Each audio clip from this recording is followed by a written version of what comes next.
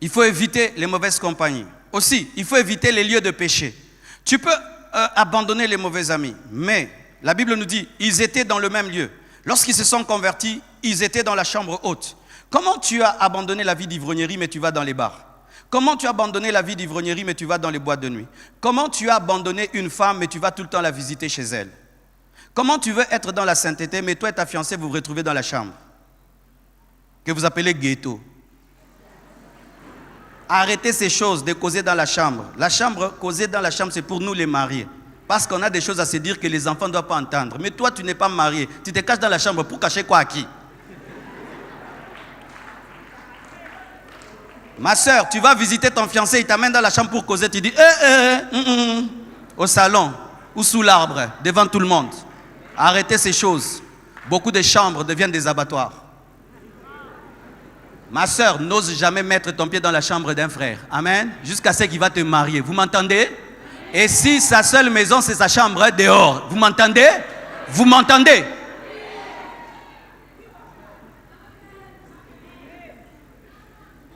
Évitez les lieux de péché. Évitez les boîtes de nuit.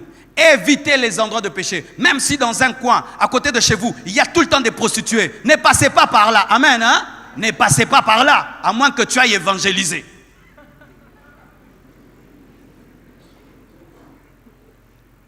Il faut aussi communier avec les vrais frères. Un vrai enfant de Dieu aime la communion fraternelle. La Bible dit, il persévérait dans la communion fraternelle. La Bible dit, le fer aiguise le fer. Et nous sommes les sentinelles les uns des autres. C'est un bonheur dans la vie chrétienne de découvrir un vrai chrétien. Qui a un ami qui est un vrai chrétien? Tu es béni, tu sais. Ah, je vous dis, les vrais chrétiens sont rares. Vous savez ça? Les vrais serviteurs de Dieu sont rares. Une fois dans ta vie, tu as découvert un vrai serviteur de Dieu. Sois dans la joie. Moi, le jour où j'ai rencontré le pasteur de ma destinée, j'ai entendu mon esprit dire, oh, enfin, je cherchais un enseignant de la parole, je cherchais un homme qui prêchait la Bible et qui allait me former à devenir un serviteur. Mon esprit cherchait. Le jour que j'ai trouvé, j'ai senti la paix. Soyez avec des gens qui vous aiguisent. Quand tu causes avec lui, tu sens que tu ne pries pas beaucoup. Quand tu causes avec lui, tu sens que tu ne lis pas assez la Bible. Quand tu causes avec lui, tu sens que tu ne lis pas beaucoup les livres. Quand tu es avec lui, tu sens que toi, tu es encore pécheur. Quand tu es avec lui, tu sens que tu es en retard dans les choses de Dieu. Ayez de tels amis qui te racontent toujours, qu'est-ce que tu viens de faire? J'étais dans un jeûne d'un jour là et Jésus m'a dit ça. Toi, il t'a parlé il y a longtemps.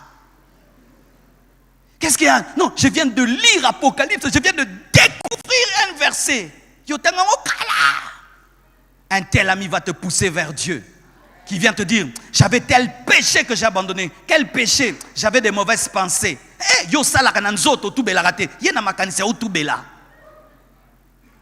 Qui a un tel ami?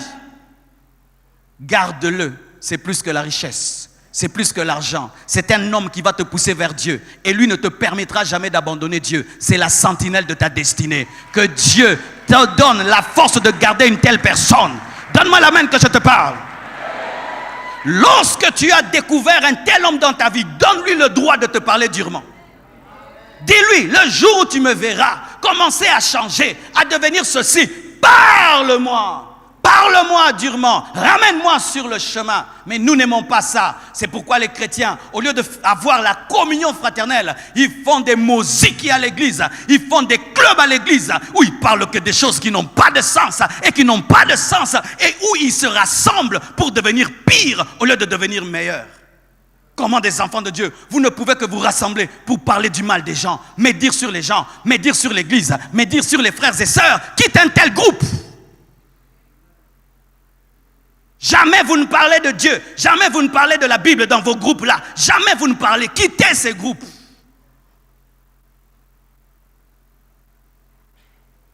Et il faut vivre comme Christ tous les jours. La Bible dit, ce fut à Antioche que pour la première fois, les disciples furent appelés chrétiens. On les observe, ils parlent comme Jésus. Ils agissent comme Jésus. On dit non, ils sont chrétiens. Et voici un secret que j'aimerais te donner. Il arrivera un jour dans ta vie de te retrouver devant des situations sans réponse. Tu ne sais pas si c'est un péché ou ce n'est pas un péché. Voici comment tu feras. Dis toujours, Christ à ma place, qu'est-ce qu'il ferait? Alléluia. Et tu places Christ. Tu vas à l'école, le professeur demande l'argent pour te donner 10 sur 10. Et tu ne sais pas. Si je refuse, il va me chasser. Dis, est-ce que Jésus allait le faire? Christ à ma place, qu'est-ce qu'il allait faire? Christ à ma place, qu'est-ce qu'il allait faire? Parce que tu es chrétien, tu es comme Christ. Il faut toujours dire, si c'était Jésus.